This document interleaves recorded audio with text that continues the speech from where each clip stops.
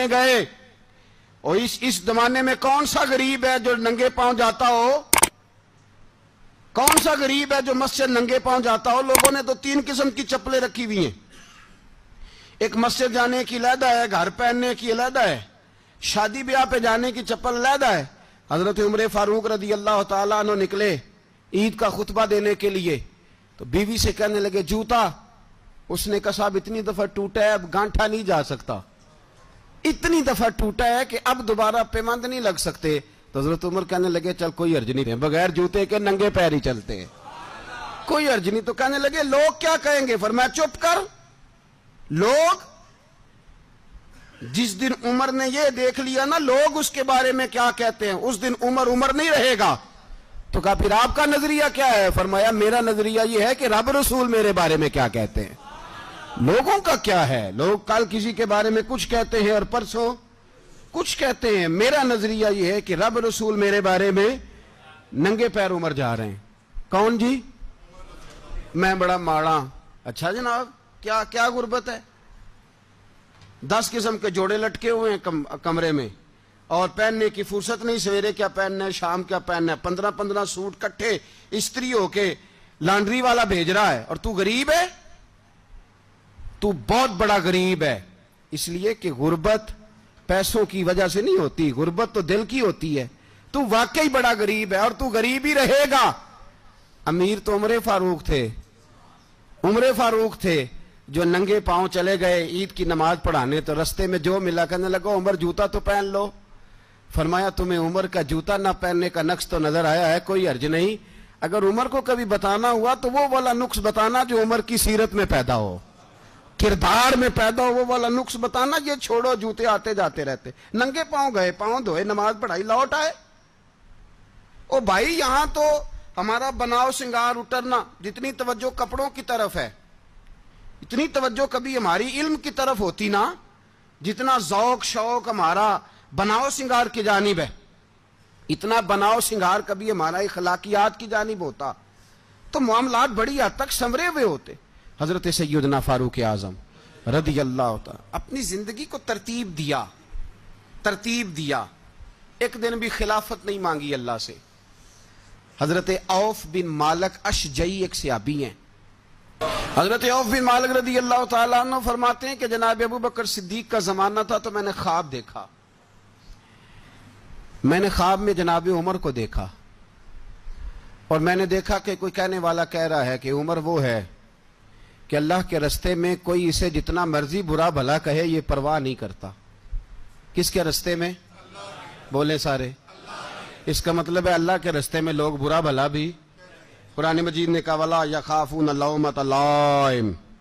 کچھ لوگ ایسے ہیں جو برا بھلا کہنے والوں کی پرواہ نہیں کرتے. آپ یقین کریں اگر پرواہ شروع ہو جائے نا تو دین کا کام ختم ہو جائے. نہ کوئی تقریر کرے، نہ کوئی تدریس کرے، نہ کوئی پیری مریدی کرے، ختم ہو جائے اگر باتوں کی پرواہ ہو. لیکن وہ پرواہ. حضرت عوف بن مالک اشجعی کہتے ہیں میں نے خواب میں دیکھا کہ عمر وہ ہے جو کسی کی پرواہ. اور دوسری بات میں نے یہ دیکھی کہ عمر خلیفہ بنے گا. اور تیسری بات میں نے خواب میں یہ دیکھی کہ عمر شہید بھی کیا جائے گا، عمر شہید بھی ہوگا. یہ میں نے 3 باتیں خواب میں دیکھی. فرماتے ہیں میں نے آ کے خواب حضرت ابو بکر صدیق کو سنائی. وہ خلیفہ تھے. وہ کہنے لگے ٹھہر جا میں عمر کو بلاتا ہوں، اس کے سامنے دوبارہ سنانا. اس کے سامنے. فرماتے ہیں میں نے بلایا حضرت عمر فاروق کو، آ کے بیٹھے. خواب شروع ہوا. کا ایک بات تو میں نے یہ دیکھی کہ آپ ملامت کرنے والے کی پرواہ نہیں کرتے. دوسرا آپ خلیفہ بنے کہ جناب عمر کہنے لگے چپ کر، ابو بکر کے سامنے ہی کہہ رہا ہے، چپ کر، خلیفہ کے سامنے ہی کہہ رہا ہے. تو حضرت ابو بکر صدیق کہنے لگے عمر اسے کہنے دو، مجھے لگتا ہے رب کی رضا یہی ہے کہ میرے بعد اگر مصطفیٰ کا منبر ملے تو عمر کو ملے. اسے کہنے دو. یار یہاں تو لوگ ڈینگے مارتے ہیں، یہاں تو لوگ دعوے کرتے ہیں میرے سامنے فلانے کو بھی بٹھاؤ، فلانے کو بھی بٹھاؤ، اس کو کیا پتا، اس کو کیا پتا. یہ تو بڑکے مارنے کا دور ہے. حضرت عمر رضی اللہ تعالیٰ عنہ کو تیسری بات کہی. حضرت عوف بن مالک نے کہا اب شہید کیے جائیں گے، میں نے خواب دیکھی ہے.